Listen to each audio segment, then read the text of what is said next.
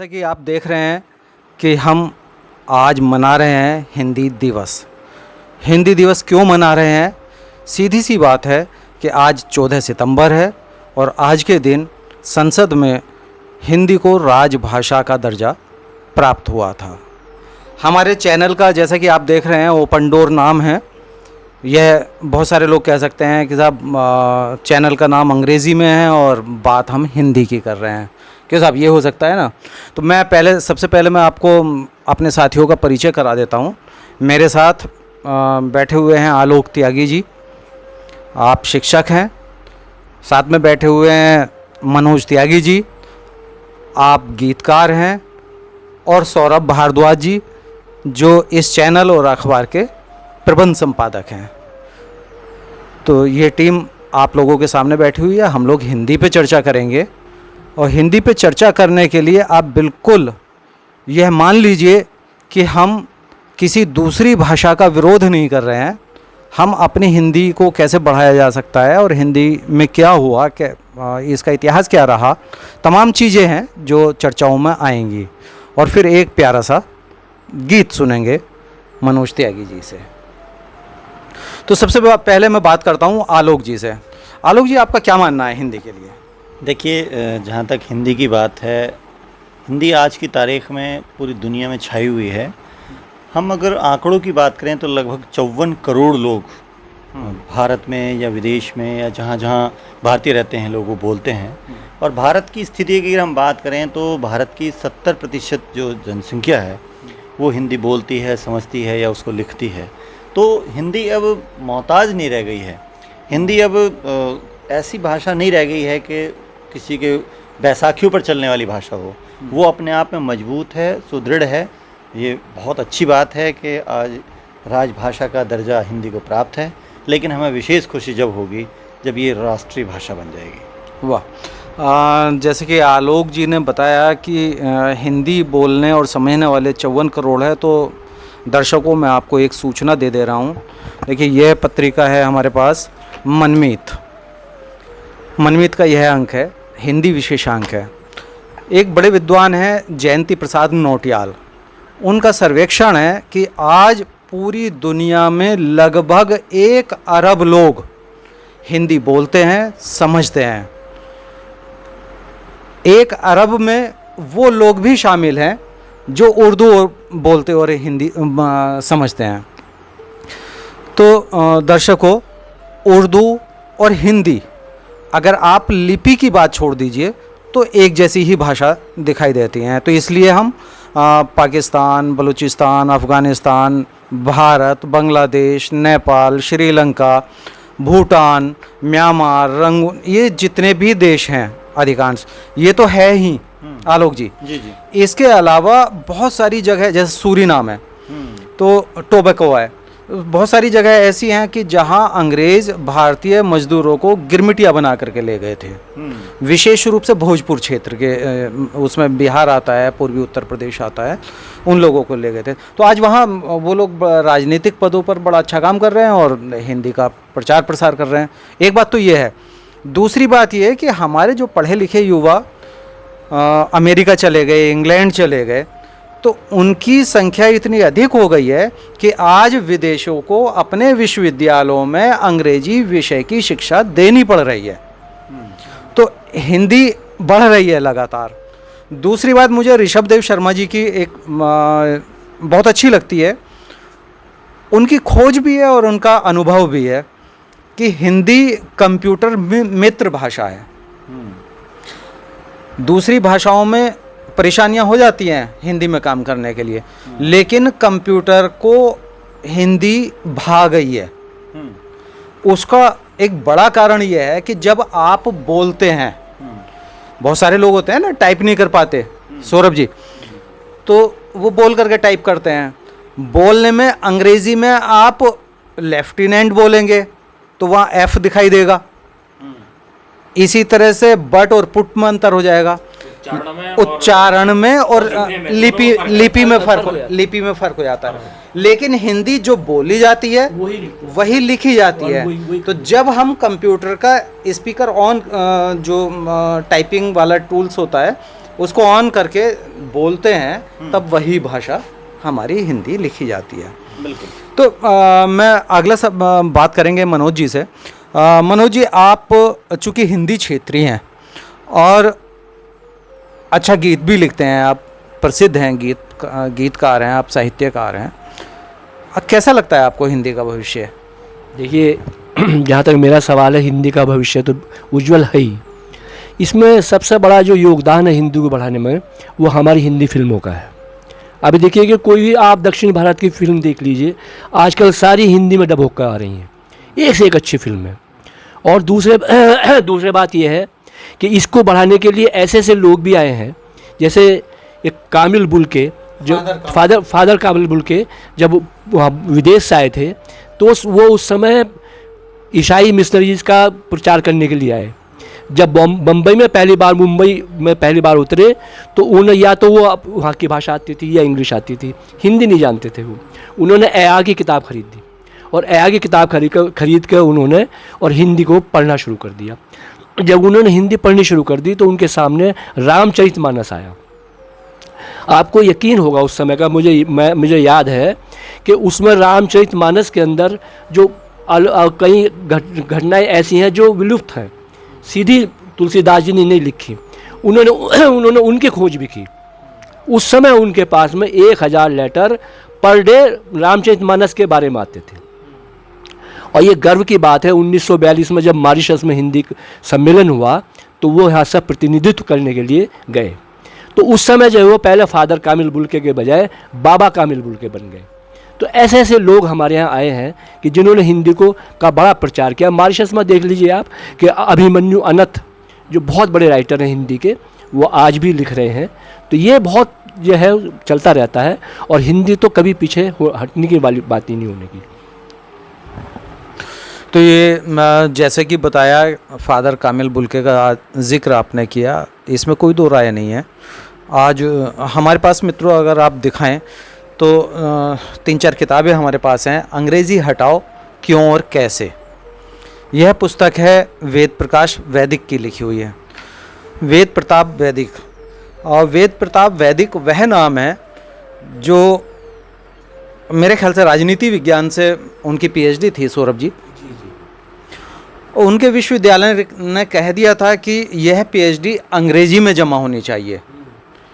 Doctor वेद प्रताप वैदिक की जिद थी कि मैं हिंदी में लिख करके इसको जमा करूंगा।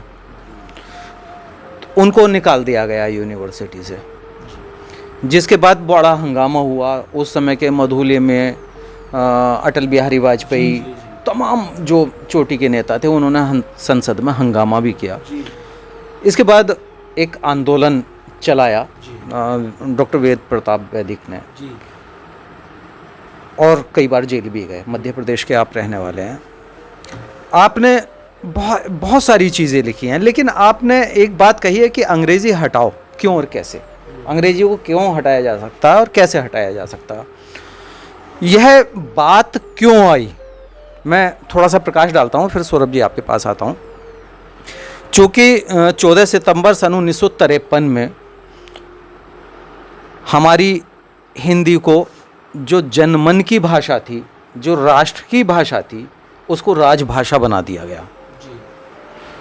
दर्शकों, यह शर्म की बात है कि हमने अपनी राष्ट्रभाषा को, जो ब्रिटिश शासन काल में जब हम उनसे लड़ाई लड़ रहे थे, तो तमाम क्रांतिकारियों ने, चाहे उसमें महात्मा गांधी हों, दयानंद सरस्वती हों, चंद्रशेखर आज़ाद हों, सरदार भगत सिंह हों, अवनीकांत मुखर्जी हों, कोई भी पूरे देश के अधिकांश, रविंद्रनाथ टैगोर, तमाम लोग जो साहित्यकार थे, विद्वान थे, या सिंपली कुछ भी नहीं थे और वो क्रांतिकारी थे, पढ़े लिखे नहीं थे, क्रांतिकारी थे।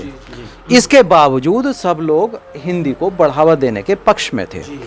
कारण ये कि उस समय पे उर्दू भी बोली जाती थी और खड़ी बोली भी बोली जाती थी। और खड़ी बोली पहली बार नाम दिया ग्रियर्सन ने, विद्वान ग्रियर्सन की बात अगर कहें तो उन्होंने हिंदी के लिए एक सर्वे किया, काफ़ी काम किया। तब ब्रिटिश संसद में एक प्रस्ताव आया कि भारत में जिन अंग्रेज़ों को नौकरी के लिए भेजा जाए उनको हिंदी पहले पढ़ाया जाए, क्योंकि वहाँ राज हिंदी में करना है, तो हिंदी उनको आएगी नहीं तो संपर्क कैसे होगा। तो इसका मतलब यह तो निश्चित है कि भाषा संपर्क भाषा होनी चाहिए। हम लोग एक घर में रहते हैं, जब दूसरे घर की बात करेंगे तो हमें अपनी रास्ते में आना पड़ेगा, और रास्ता क्या सेतु का काम करता है, मिलाने का काम करता है, तो भाषा मिलाने का काम करती है। इस नाते बहुत सारे विद्वानों ने हिंदी में काम किया, ब्रिटिश विद्वानों ने, और ये एक रूप से मत बना करके आज़ादी से पहले इसको राष्ट्रभाषा कहा गया। लेकिन सौरभ जी, शर्म की बात यह है कि जब हमारा देश आज़ाद हो गया सन 1947 में, उसके बाद हिंदी की याद आती है सन 1953 में।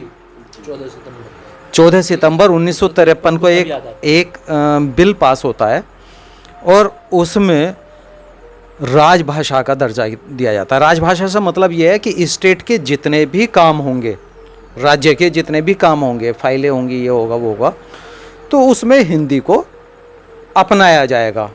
लेकिन विकल्प के तौर पे ये रखी गई, अंग्रेजी को हटाया नहीं गया जी। यह हमारे लिए शर्म की बात थी।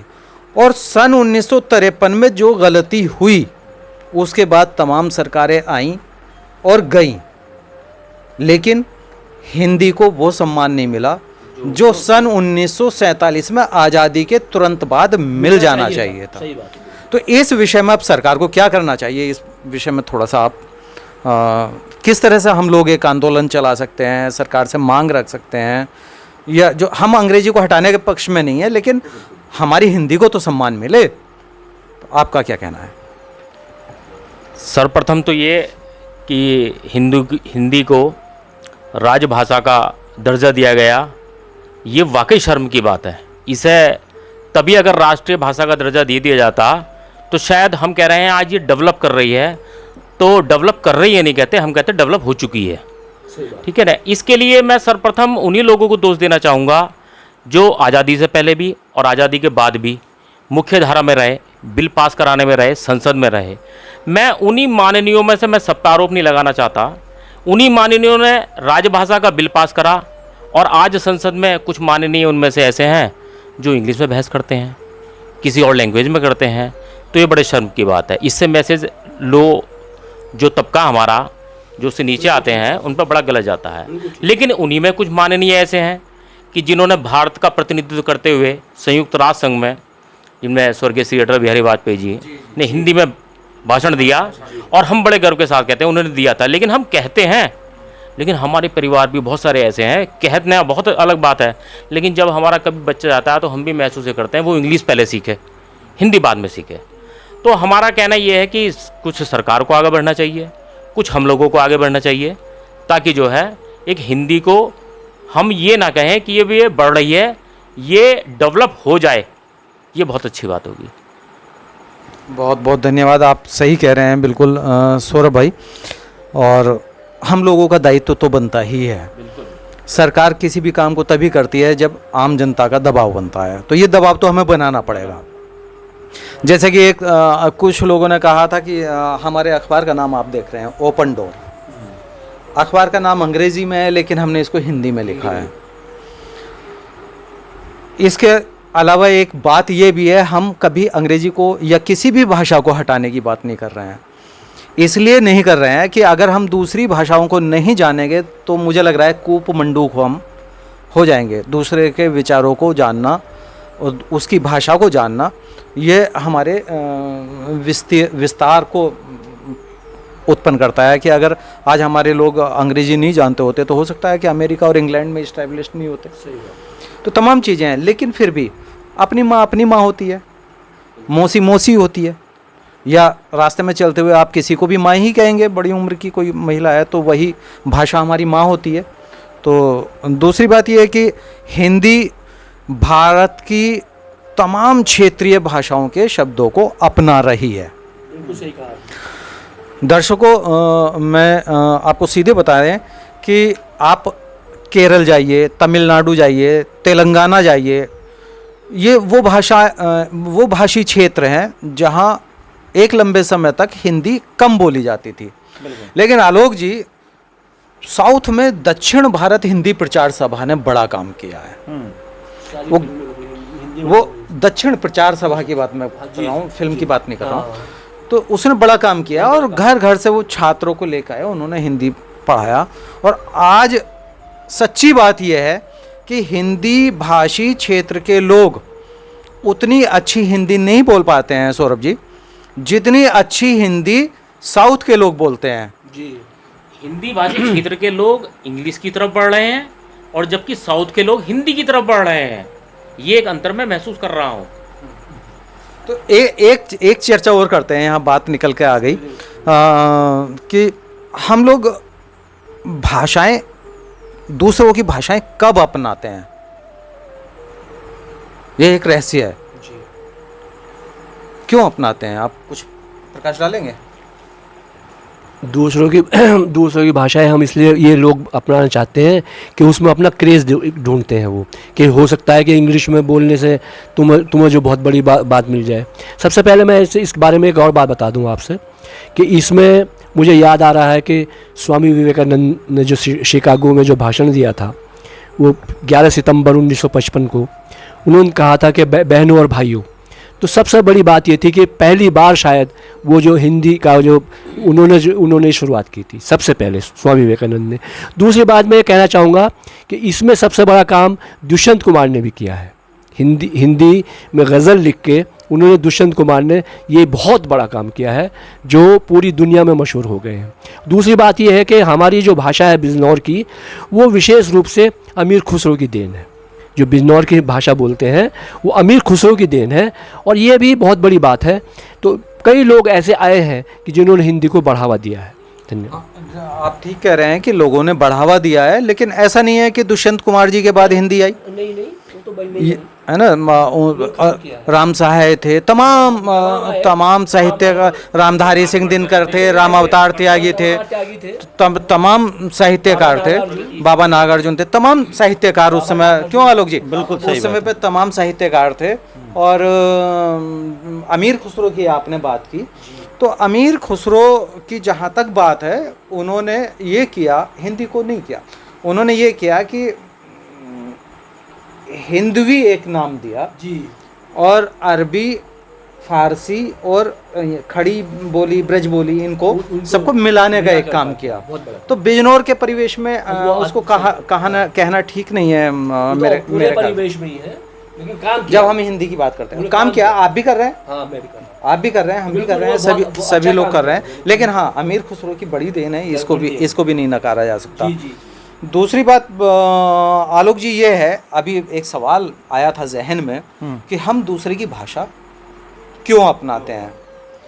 देखिए, मेरा कहना ये है कि जो हो गया उसको भूल जाएं। हम आगे क्या कर सकते हैं उस पर ध्यान दें, और जो अच्छा काम किया है, जो हमें अच्छा लगा, जिससे लगा कि हमारी हिंदी बढ़ रही है, उस चीज़ को बढ़ावा दें।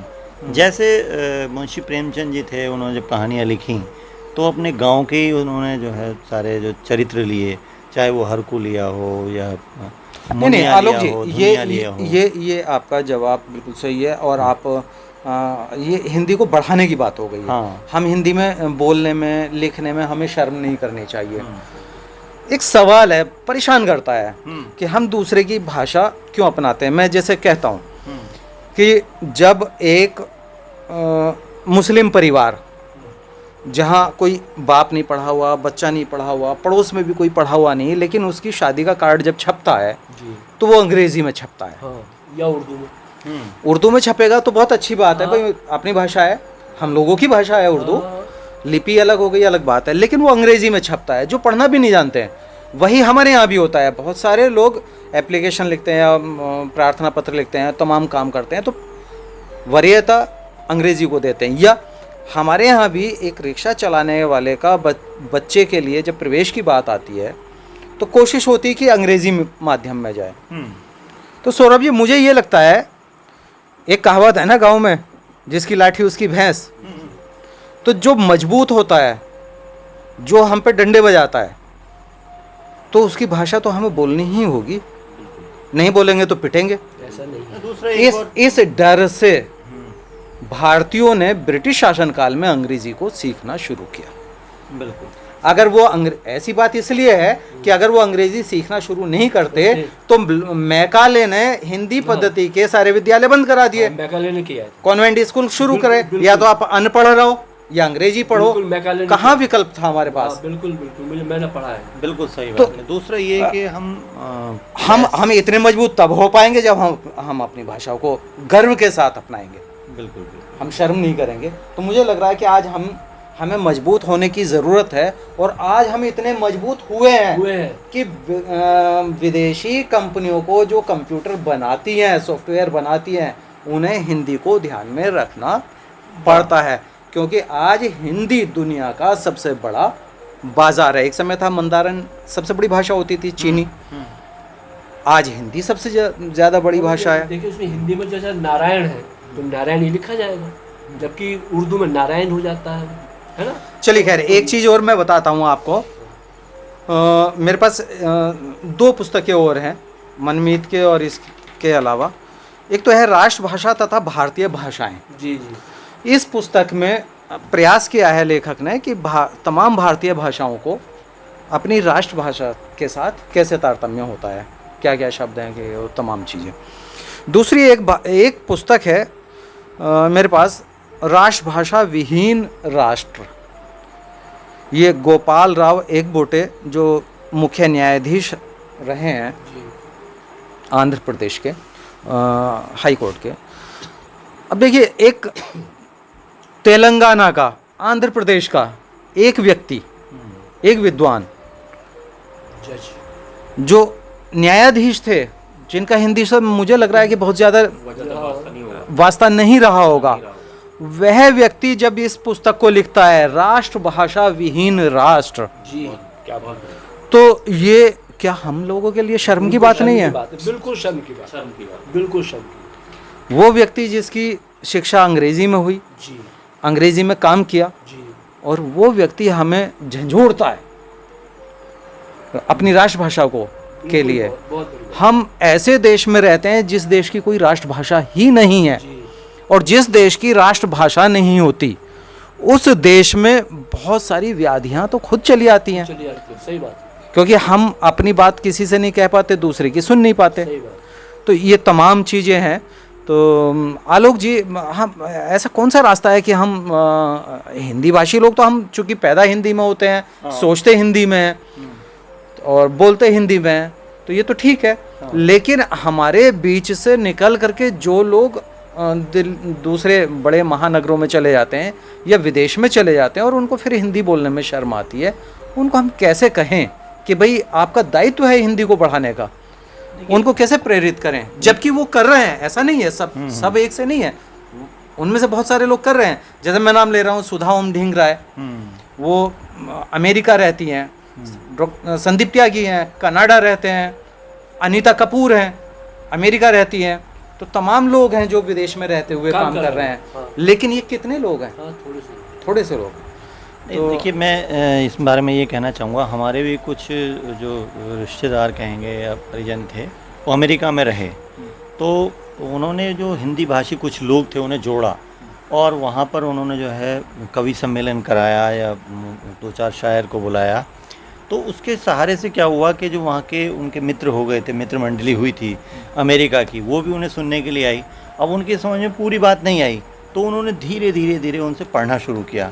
तो बजाय अमेरिकी जो वहाँ का वो था भाषा थी उसे जानने के, बल्कि उन्होंने हिंदी को अपनाना शुरू करा। तो मैं समझता हूँ इस तरह की शुरुआत की जाए। या विशेष रूप से हम देखते हैं कि खेल जब होता है तो एक दूसरे देश में जाते हैं लोग बाग, तो अलग अलग देश के लोग जाते हैं, तो वो पहला जो परिचय है अगर लोग हिंदी में दें, नहीं समझते कि उसके साथ साथ अंग्रेजी में भी दें, कोई बात नहीं है, तो अगर वो हिंदी में दें तो मैं समझता हूँ कि बहुत लोगों पर उसका असर पड़ेगा कि भाई ये अपने राष्ट्र की प्रति जो है समर्पित हैं। तो इस तरह के ठोस काम अगर किए जाएं तो मैं समझता हूँ कि हिंदी के बारे में अच्छा काम आ जाएगा। सौरभ जी, मनोज जी, जैसे कि एक बात और कहना चाह रहा हूँ मैं कि हमारी भारतीय संस्कृति जी या भारतीय राष्ट्र जी जी के परंपरा है और आदत मान लीजिए इसको, कि हम सबको स्वीकार कर लेते हैं। जो हमारे यहाँ आतंकवादी भी आए, चाहे वो मुगल रहे हों, हुड़ रहे हों, या कोई कुषाण रहे हों, जितने भी लोग आए जिन्होंने हमें लूटा, हम लोगों ने उनको भी अपना लिया। इसी तरह से हमारी हिंदी ने दुनिया भर के शब्दों को अपनाया है। सही बात, अब गिलास की बात करें तो हम भूल गए, हमें पता ही नहीं है कि गिलास को हम क्या कहेंगे। हाँ, सही बात। अब गिलास को हमने इतना उपयोग किया कि लगता है कि हिंदी का ही शब्द रहा होगा।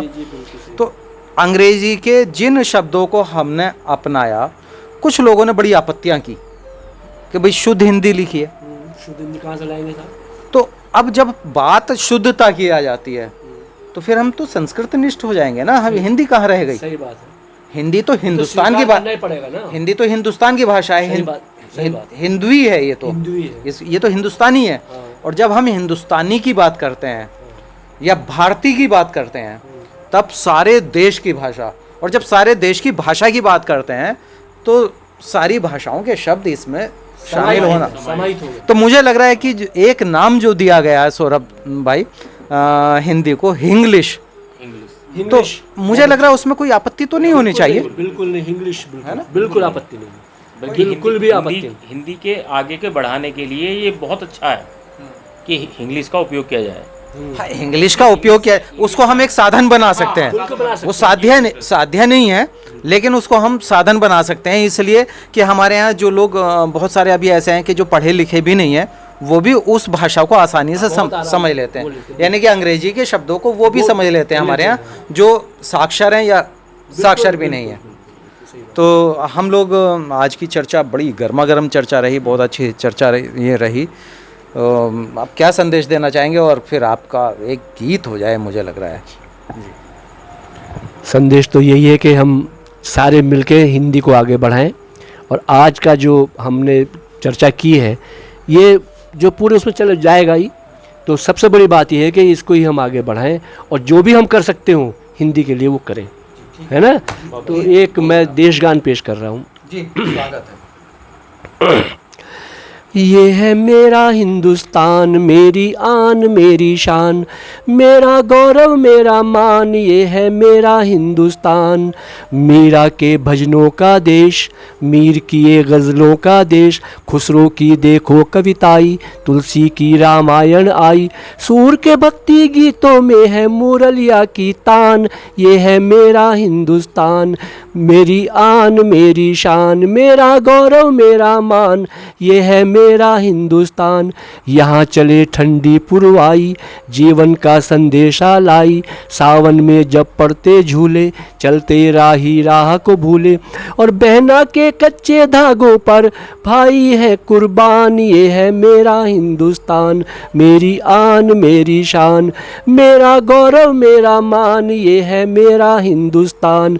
वीर प्रताप शिवा की गाथा, झुक जाए चरणों में माथा, राजगुरु सुखदेव भगत सिंह, बिस्मिल का है इससे नाता, नेताजी और अशफाकुल्ला दे गए अपनी जान, ये है मेरा हिंदुस्तान, मेरी आन मेरी शान, मेरा गौरव मेरा मान, ये है मेरा हिंदुस्तान।